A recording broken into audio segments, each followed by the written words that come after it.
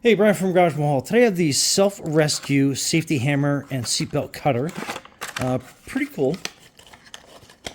So they are pretty simplistic. So it has a little 3M tape tab on the back so you can mount them basically anywhere in your car. So it comes off like that. And we actually have a piece of glass in there to kind of mimic a windshield. So on one side you have, this is basically to, break glass if you have to. So let's try that out. So that worked really well. And then, so if your seatbelt fails to open, basically you can grab this knife part and then basically cut through your seatbelt. Pretty easy, but yeah. Anyway, what a great rescue tool to have in your vehicle. Brian from Garage Mahal, thanks for watching and be safe out there.